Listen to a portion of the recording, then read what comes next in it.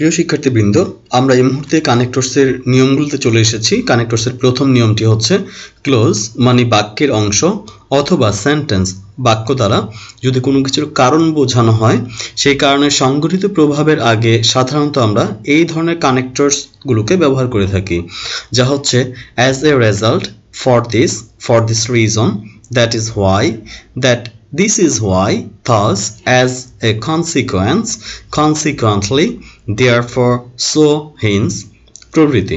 আমরা একটি উদাহরণ দেখে নিই। রানা ওয়াকড স্লোলি, রানা খুব ধীরে হাঁটছিল।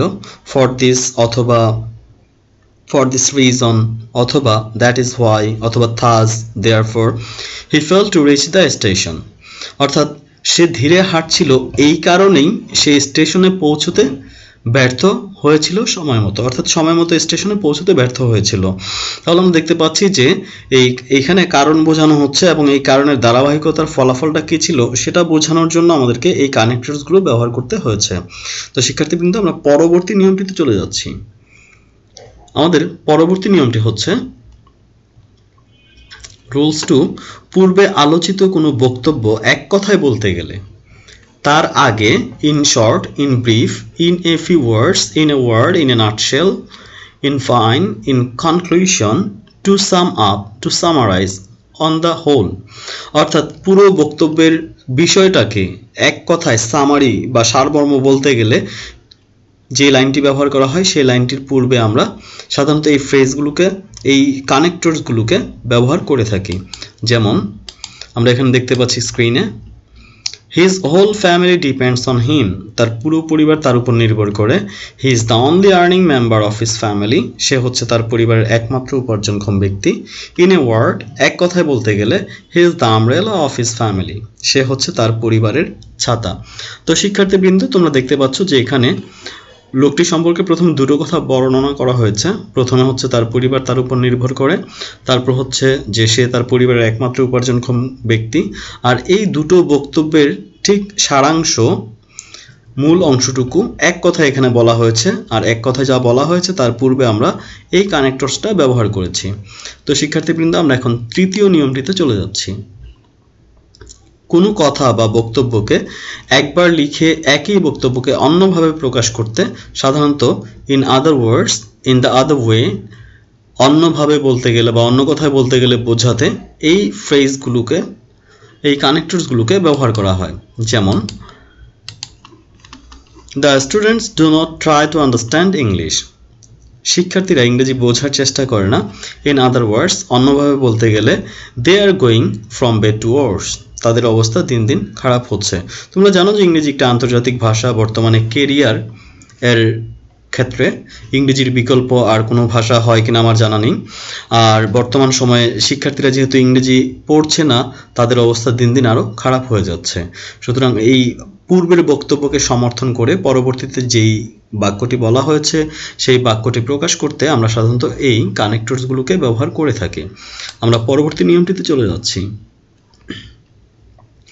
আগে বলা কোনো কথার সাথে যদি আরও নতুন কোনো তথ্য যোগ করতে হয় তাহলে সাধারণত আমরা moreover, besides, in addition, in addition to that, furthermore, in addition to, again প্রভৃতি কানেক্টরস আমরা ব্যবহার করে থাকি। যেমন the man has big flat, besides this he has a car, লোকটির একটি বড় ফ্ল্যাট রয়েছে, তাছাড়া তার একটা গাড়িও রয়েছে। তাহলে তার একটি ফ্ল্যাট রয়েছে, এটা লোকটির একটি সম্পদের বিবরণ দেওয়া হয়েছে। এই সম্পদের সাথে আরও কী রয়েছে? তার একটি গাড়ি। তাহলে পূর্বের কথার সাথে, তথ্যের সাথে আরেকটি তথ্য যোগ করা হচ্ছে। আর দুটো তথ্য যখন যোগ করা হয় একই ব্যক্তি, বস্তু বা স্থান সম্পর্কে, তখন সাধারণত সেই তথ্যগুলোর আগে, দ্বিতীয় তথ্যের আগে আমরা এই ধরনের কানেক্টরসগুলোকে ব্যবহার করে থাকি। তো শিক্ষার্থীবৃন্দ, আমরা পঞ্চম নিয়মে চলে যাচ্ছি এখন। And, as well as, along with, together with, এবং, অর্থাৎ এই শব্দগুলোর অর্থ হচ্ছে এবং। এই ধরনের লিঙ্কার্স বা কানেক্টরসগুলোকে noun, verb, adjective, adverb, preposition মাঝখানে সংযোগ হিসেবে ব্যবহার করা হয়। যেমন the teacher as well as the students was present, শিক্ষক এবং শিক্ষার্থীরা উপস্থিত ছিলেন। Mr Hasan along with his son visited our house, Mr Hasan তার ছেলেকে সাথে নিয়ে, অথবা মিস্টার হাসান এবং তার ছেলে আমাদের বাড়িতে বেড়াতে এসেছিল। তো শিক্ষার্থীবৃন্দ, আমরা পরবর্তী নিয়মটিতে চলে যাচ্ছি এখন। সাধারণত দুটি বিষয়, বস্তু বা ঘটনা ইত্যাদি শুধু একটি নয় অপরটিও হয় এমন বোঝাতে প্রথমটির আগে নট অনলি, পরেরটির আগে বাট অলসো। যেমন আমরা বলে থাকি যে একজন ভালো ছাত্র, হয়তো সে খুব ভালো গান গায়, তাহলে রাকিব নামের ছাত্রটি ভালো গান গায়। Rakib is not only a good student but also a good singer. আবার শুধু গান গাইতে শুধু রাকিবই পারে না, করিমও গান গাইতে পারে। Not only Rahim but also Karim can sing song. শুধু রহিমই গান গাইতে পারে না, করিমও গান গাইতে পারে। তো এইভাবে দুটি বিষয়, বস্তু বা ঘটনা যখন উল্লেখ করা হয় তখন সাধারণত আমরা নট অনলি বাট অলসোকে কানেক্টরস হিসেবে ব্যবহার করে থাকি। আমরা একটি উদাহরণ দেখে নিই। Not only Tani but also Mary is going to America this year. শুধু তানি নয়, মেরিও যাচ্ছে আমেরিকাতে। The boy is not only lazy but also dirty.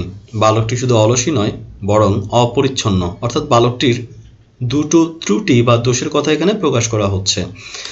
আমরা পরবর্তী নিয়মটিতে চলে যাচ্ছি। দুটি অথবা দুজনের মধ্যে, দুটি বিষয়বস্তু কিংবা দুজন ব্যক্তির মধ্যে একটি অথবা অন্যজন অথবা অন্যটি বা অন্যজন এরকম বোঝাতে আইদার অর ব্যবহার করা হয়। যেমন you can either study or sleep. অর্থাৎ এখানে দুটো ব্যাপার, হয় ঘুমাবে নয় পড়াশোনা করবে তুমি। অর্থাৎ তুমি চাইলে পড়তে পারো কিংবা ঘুমাতে পারো, এই দুটি বিষয়ের মধ্যে যে কোনো একটি বিষয় তোমাকে পছন্দ করতে বলা হয়েছে। He is either mad or foolish. এখানে একটা লোকের অবস্থার বর্ণনা করা হয়েছে যে লোকটি হয়তো পাগল নয়তো বোকা। অর্থাৎ দুটির মধ্যে যে কোনো একটি লোকটি হবে। আর এখানে তোমার জন্য দুটো অপশনের যে কোনো একটি রয়েছে, হয় পড়াশোনা করবে নতুবা ঘুমাবে। স্বাভাবিকভাবেই পরীক্ষার আগের রাত হলে ঘুমটাই হয়তো আমাদের বেশি চলে আসে। আমরা পরবর্তী নিয়মে চলে যাচ্ছি। দুটি বিষয় বা বস্তুর অথবা দুই ব্যক্তির কেউ নয়, কোনোটিই নয় এমন বোঝাতে নেইদার নর ব্যবহার করা হয়। একটু আগে আমরা যেটা করেছিলাম যে দুটোর যে কোনো একটি বোঝাতে, কিন্তু এখন আমরা 8 নম্বর নিয়মে যেটা করছি, দুটোর একটিও নয়। রহিম না গাইতে পারে না লিখতে পারে। তারপর করিম না ফুটবল খেলতে পারে না ক্রিকেট খেলতে পারে। অর্থাৎ ফুটবল বা ক্রিকেট কোনটাই করিম পারে না। সাধারণত এই ধরনের বিষয়গুলোকে বোঝানোর জন্য আমরা নেইদার নর ব্যবহার করে থাকি। যেমন এখানে দেখতে পাচ্ছি, নেইদার ইউ নর হি ইজ রেসপন্সিবল। তুমি কিংবা সে কেউ এর জন্য দায়ী নয়। He neither did the work nor asked others to do this. সে নিজেও কাজটি করেনি, অন্য কেউ করতে বলেনি। অর্থাৎ দুটো পক্ষের কেউ এতে ছিল না। আমরা পরবর্তী নিয়মটিতে চলে যাচ্ছি। রিলেটিভ প্রোনাউন, অর্থাৎ ডব্লিউএইচ ওয়ার্ডগুলো যখন সেন্টেন্সের একদম শুরুতে ব্যবহার করি আমরা, তখন সেটাকে সাধারণত বলা হয় ইন্টারোগেটিভ প্রোনাউন। কিন্তু এরা যখন বাক্যের মাঝখানে ব্যবহার করা হয় তখন তারা হয়ে যায় রিলেটিভ প্রোনাউন। আর রিলেটিভ প্রোনাউন হিসেবে তারা দুটো বাক্যের অংশকে যুক্ত করে।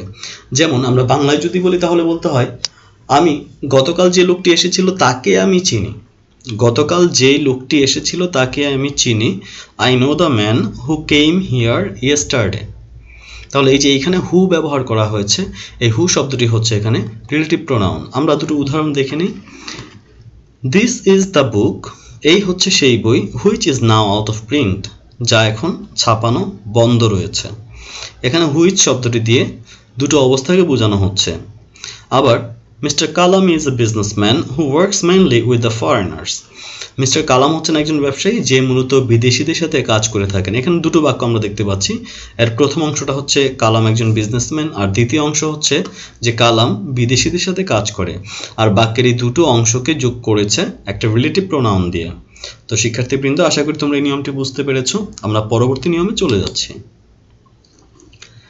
একই সময় সংগঠিত দুটি বিষয়ের মধ্যে at the same time, after that, subsequently, then, coincidentally ব্যবহার করা হয়। অর্থাৎ যখন দুটি ব্যাপার একসাথেই ঘটে, সে পড়ছিল, সে পড়াশোনাও করছিল, টিভিও দেখছিল। অনেক সময় এরকম হয়ে থাকে না, সে ক্রিকেটও খেলছিল আবার গানও শুনছিল, একই সাথে দুটো কাজ করছে।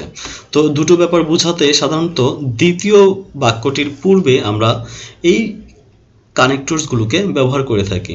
যেমন Rahim was reading a book at the same time Karim was writing a letter. Rahim বই পড়ছে, একই সময় করিম চিঠি লিখছে। আবার এমনও হতে পারত রহিম বই পড়ছে একই সময় সে গানও শুনছে।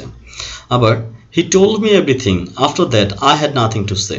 সে আমাকে সবই বলেছিল, ঠিক তারপর আমার আর কিছু বলার ছিল না। অর্থাৎ সে যখন বলছিল তখন সেই মুহূর্তে আমি কিছু করছিলাম না, আমার কিছু করার ছিল না। একই সময় দুটো অবস্থাকে বোঝানো হচ্ছে। আশা করছি তোমরা বুঝতে পেরেছো। আমরা 11 নম্বর নিয়মটিতে চলে যাচ্ছি।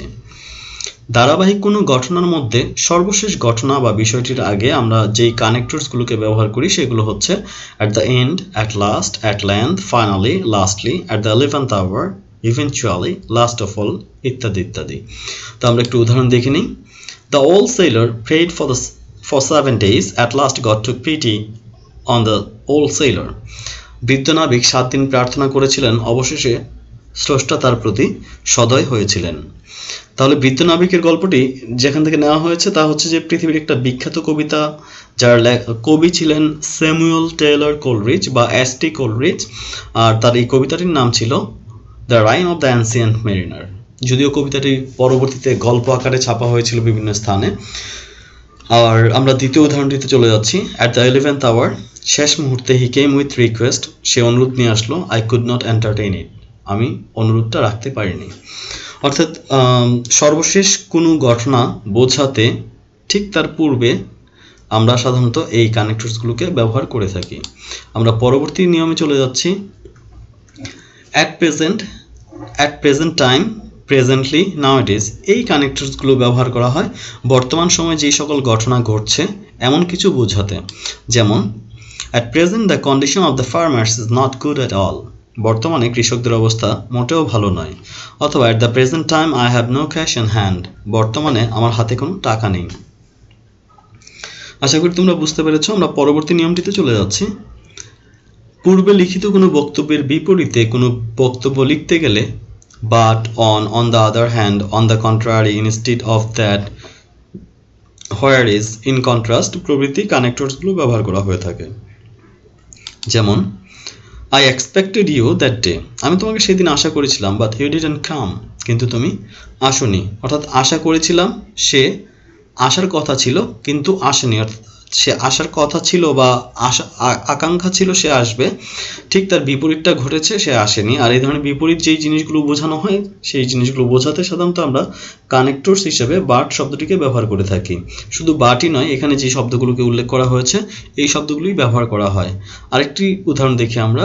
হি is poor, where is his brother is a rich businessman, সে গরিব লোক যেখানে তার ভাই হচ্ছেন একজন বড় ব্যবসায়ী।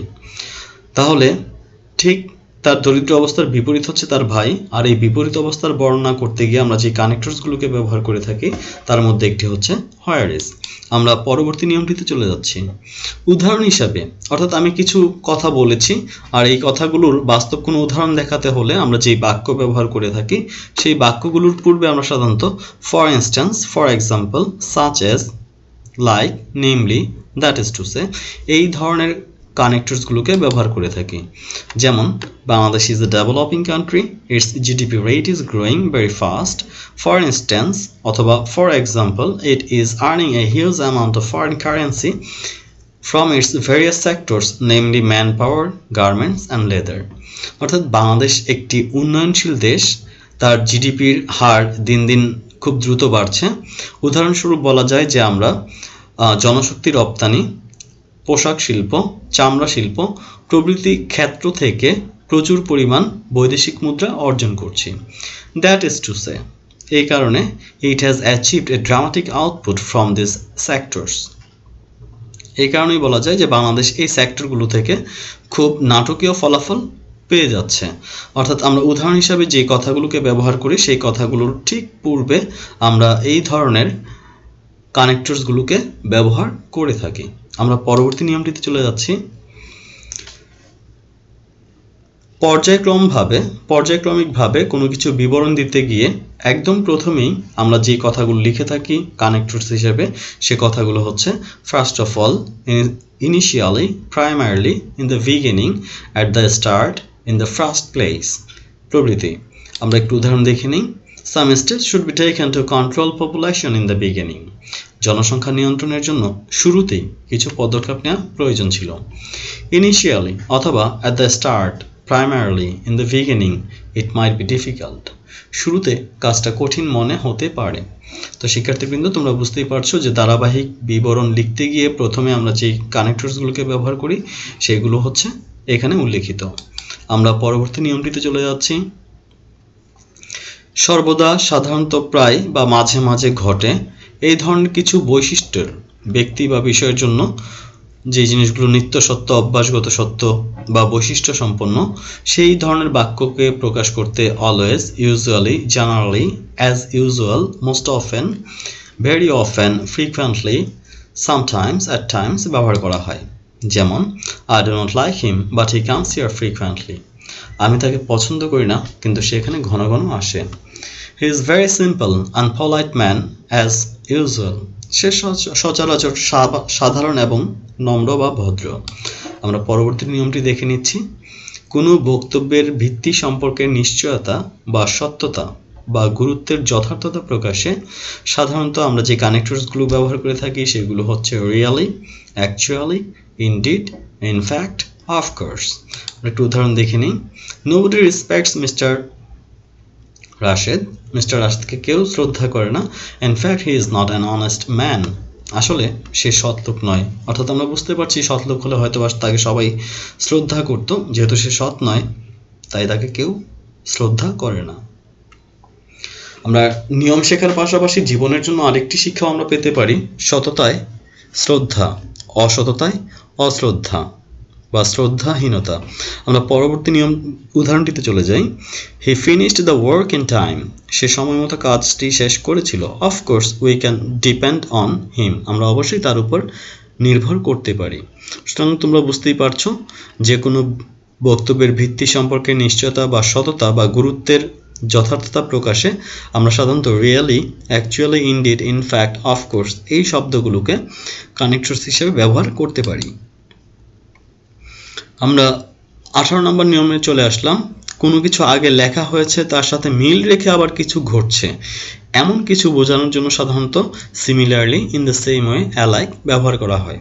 যেমন, Shamim turned the wheel, similarly his brother did. Shamim চলতে শুরু করলো, তার ভাইও তাই করলো। অর্থাৎ শামীম যখন শুরু করেছে শামীমের ভাইও শুরু করেছিল। শামীমের শুরু করা দেখেই কিন্তু তার ভাই শুরু করেছিল। এই ব্যাপারটাকেই বোঝানো হচ্ছে। You should address the problem immediately. We should do alike.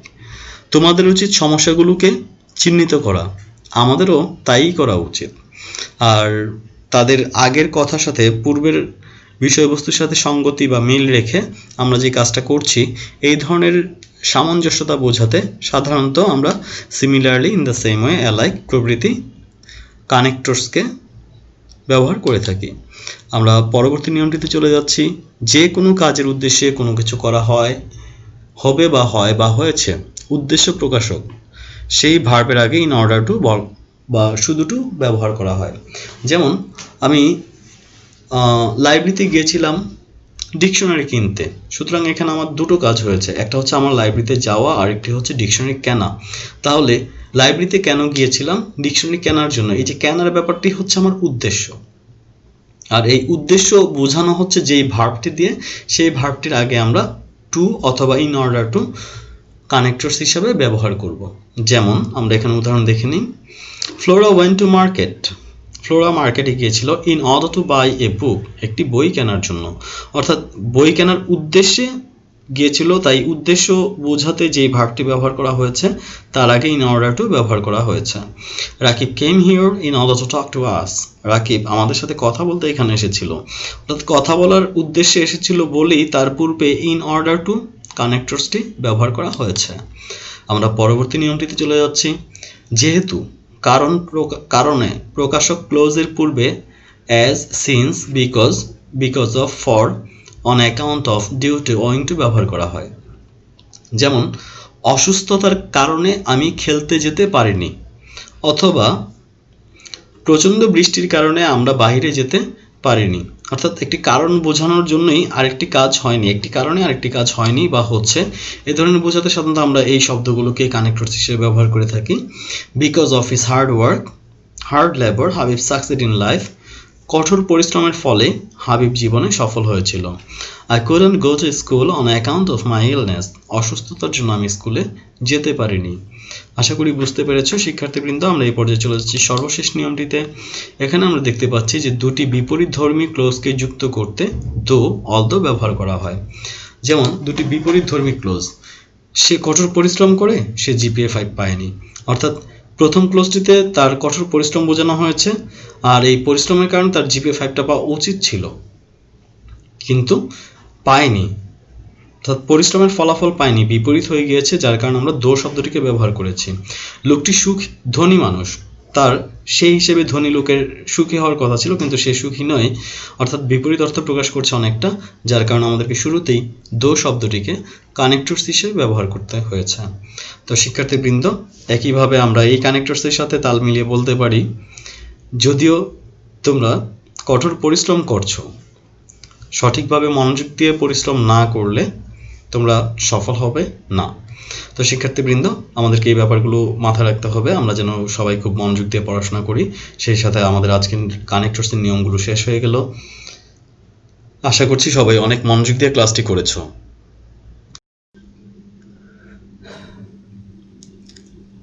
তো প্রিয় শিক্ষার্থীবৃন্দ, আজকের মতো এখনকার মতো এই পর্যন্তই। আল্লাহ হাফেজ। আসসালামু আলাইকুম।